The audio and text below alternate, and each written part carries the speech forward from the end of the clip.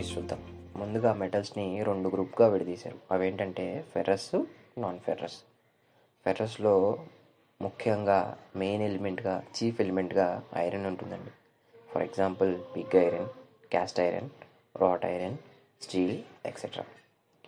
Non ఫెర్రస్లో అతి తక్కువ లేదా 0% ఐరన్ ఉంటుందండి. For example aluminium, gold etcetera. ఇప్పుడు difference between metals and non metals చూద్దాం. మెటల్స్లో ముఖ్యంగా చీఫ్ కంటెంట్గా ఐరన్ కలిగి ఉంటుంది. నాన్ మెటల్స్లో చాలా తక్కువగా ఇనుము కలిగి ఉంటుంది. మెటల్స్ యొక్క కలర్ వచ్చేసి సాధారణంగా గ్రే కలర్లో ఉంటాయి. నాన్ మెటల్స్ అనేవి మనకి డిఫరెంట్ కలర్స్లో అవైలబుల్గా ఉంటాయి. మెటల్స్ యొక్క మెల్టింగ్ పాయింట్ వచ్చేసి హైగా ఉంటుంది. నాన్ మెటల్స్ యొక్క మెల్టింగ్ పాయింట్ చాలా తక్కువగా ఉంటుంది. మెటల్స్ కోల్డ్ కండిషన్లో బ్రిటిల్నెస్ ఎక్కువగా ఉంటుంది. నాన్ మెటల్స్కి హాట్ కండిషన్స్లో బ్రిటిల్నెస్ ఎక్కువగా ఉంటుంది. బ్రిటిల్నెస్ అంటే పెళుసుదనం అండి. మెటల్స్ అనేవి కాంట్రాక్షన్ లెస్ అంటే సంకోచం తక్కువగా అవుతాయి. కానీ నాన్ మెటల్స్ అనేవి సంకోచం ఎక్కువగా అవుతాయి. మెటల్స్ అనేవి మ్యాగ్నెటిక్ అండి, అంటే అయస్కాంతానికి అతుక్కుంటాయి. Non metals అయస్కాంతానికి అతుక్కోవు. ఆ తర్వాత మెటల్స్ కొంచెం తక్కువ కాస్ట్లోనే అవైలబుల్గా ఉంటాయి. నాన్ మెటల్స్ అనేవి కొంచెం ఎక్కువ కాస్ట్ ఉంటాయి when compared to the metals. ఆ తర్వాత ప్రాపర్టీస్ చూద్దామండి. ఈ ప్రాపర్టీస్లో ఫస్ట్ రెండు వచ్చే ప్రాపర్టీస్ ఎగ్జామ్లో చాలా సార్లు వచ్చాయండి. చాలా ఇంపార్టెంట్, జాగ్రత్తగా గుర్తుపెట్టుకోండి. ఫస్ట్ ప్రాపర్టీ వచ్చేసి మ్యాలిబిలిటీ.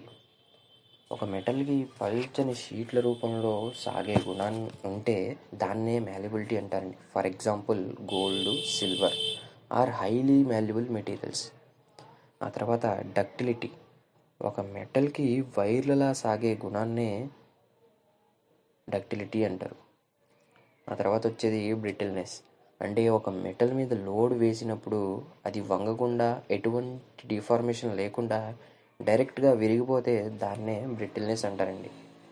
ఫర్ ఎగ్జాంపుల్ వచ్చేసి గ్లాస్. మనం గ్లాస్ని చిన్నగా తడితే అది విరిగిపోతుందండి. అంటే వంగడం కానీ, సాగడం కానీ అటువంటివి ఏమి ఉండవు, డైరెక్ట్గా విరిగిపోతుంది. అటువంటి ప్రాపర్టీనే బ్రిటిల్నెస్ అంటాం.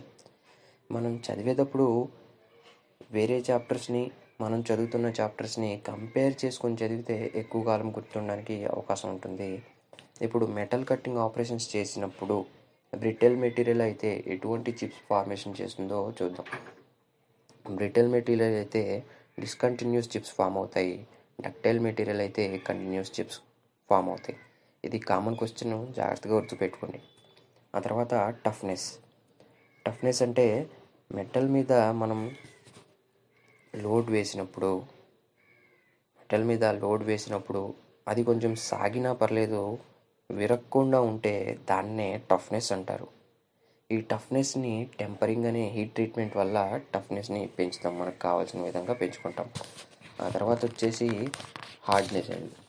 అంటే మెటల్ తొందరగా కట్ అవ్వకపోవడాన్ని, మెటల్ మీద మనం దేంతోనైనా గీస్తే గీతలు పడకుండా ఉండకపోవడాన్ని, లోడ్ వేసినప్పుడు వంగకుండా ఉండడాన్ని హార్డ్నెస్ ప్రాపర్టీ అంటామండి. ఇప్పుడు హార్డ్నెస్కి, టఫ్నెస్కి డిఫరెన్సెస్ చూద్దాం. ఈ హార్డ్నెస్ ప్రాపర్టీ ఉన్న మెటల్స్ అన్నీ స్క్రాచ్ ప్రూఫ్డ్ మెటల్స్గా ఉంటాయండి. అంటే మనం దాని మీద గీతలు గీసినా దాని మీద ఎటువంటి గీతలు పడవన్నమాట. టఫ్నెస్ ప్రాపర్టీ ఇవి ఈజీలీ నాట్ బ్రేకబుల్ అండి, అంటే అంత త్వరగా విరిగిపోవు అనమాట. ఈ హార్డ్నెస్ ప్రాపర్టీని ఏ టెస్టులతో మెజర్ చేస్తామంటే ఇంపాక్ట్ టెస్ట్తో, నాచ్ టెస్ట్తో, ఫ్రాక్చర్ టఫ్నెస్ టెస్ట్ అనే టెస్టుల ద్వారా ఈ హార్డ్నెస్ అనేది టెస్ట్ చేస్తామండి. కానీ టఫ్నెస్ని మాత్రం రాక్వెల్ హార్డ్నెస్ టెస్ట్తో, బ్రిన్నెల్ హార్డ్నెస్ టెస్ట్తో, విక్కర్స్ హార్డ్నెస్ టెస్ట్తో, నూప్ హార్డ్నెస్ టెస్ట్తో టెస్ట్ చేస్తూ ఉంటాం. హార్డెనింగ్ అనే హీట్ ట్రీట్మెంట్ ద్వారా హార్డ్నెస్ని పెంచుతాం. అలాగే టెంపరింగ్ అనే హీట్ ట్రీట్మెంట్ ద్వారా టఫ్నెస్ అనేది ఇంక్రీజ్ చేస్తూ ఉంటాం. ఆ తర్వాత నెక్స్ట్ ప్రాపర్టీ వచ్చేసి రెసిలియన్స్ అండి. అంటే ఒక మెటీరియల్ మీద లోడ్ వేసినప్పుడు దాన్ని అబ్జార్బ్ చేసుకుని లోడ్ తీసేసినప్పుడు ఎనర్జీని రిలీజ్ చేస్తే దాన్నే రెసిలియన్స్ అంటారండి. ఫర్ ఎగ్జాంపుల్ స్ప్రింగ్ అండి. మనం లోడ్ వేసినప్పుడు ఎనర్జీని అబ్జార్బ్ చేసుకుంటుంది, లోడ్ చూసేసినప్పుడు ఎనర్జీని రిలీజ్ చేసేస్తుంది. ఇప్పుడు నెక్స్ట్ ప్రాపర్టీ వచ్చేసి స్టిఫ్నెస్. ఇది 2019 సేల్ బిట్ అండి. స్టిఫ్నెస్ అంటే ఒక మెటల్కి సాగే గుణం లేకపోవడాన్నే స్టిఫ్నెస్ లేదా రిజిడిటీ అని చెప్పి అంటారండి. ఈ స్టిఫ్నెస్ రిజిడిటీ అనేవి హెవీ మిషన్స్కి చాలా చాలా అవసరం. నెక్స్ట్ బిట్ వచ్చేసి 19 సేల్ బిట్టు ఎలాస్టిసిటీ. అంటే ఒక మెటల్ మీద లోడ్ వేసినప్పుడు దాని షేప్ అండ్ వాల్యూమ్లో చేంజ్ వచ్చి లోడ్ తీసేసిన తర్వాత ముందున్న షేప్కి వాల్యూమ్కి సేమ్ టు సేమ్ తిరిగి రావడాన్ని ఎలాస్టిసిటీ అంటారండి. ఆ తర్వాత ప్లాస్టిసిటీ. అంటే మనం లోడ్ వేసిన తర్వాత షేప్ అండ్ వాల్యూమ్లో చేంజ్ వచ్చి లోడ్ తీసేసిన తర్వాత కూడా మనం చేంజ్ చేసిన షేప్లో అది అలాగే ఉంటే దాన్నే ప్లాస్టిసిటీ అంటారండి. ఇక్కడ మీరు గుర్తుపెట్టుకోవాల్సిన పాయింట్ ఏంటంటే పర్ఫెక్ట్లీ ప్లాస్టిసిటీ లేదా పర్ఫెక్ట్లీ ఎలాస్టిసిటీ అనేది చాలా తక్కువగా ఉంటుందండి. మ్యాక్సిమం 0 ఉంటుంది. ఆ తర్వాత వచ్చేసి క్రీప్. అంటే ఈ క్రీప్ ప్రాపర్టీని ఎలా డిఫైన్ చేస్తారంటే ఒక మెటీరియల్ మీద టెన్సైల్ లోడ్ వేసి, అంటే ఒక పెన్నుని 2 ఆపోజిట్ డైరెక్షన్స్లో లాగుతుంటే దాన్నే టెన్సైల్ లోడ్ అంటారండి.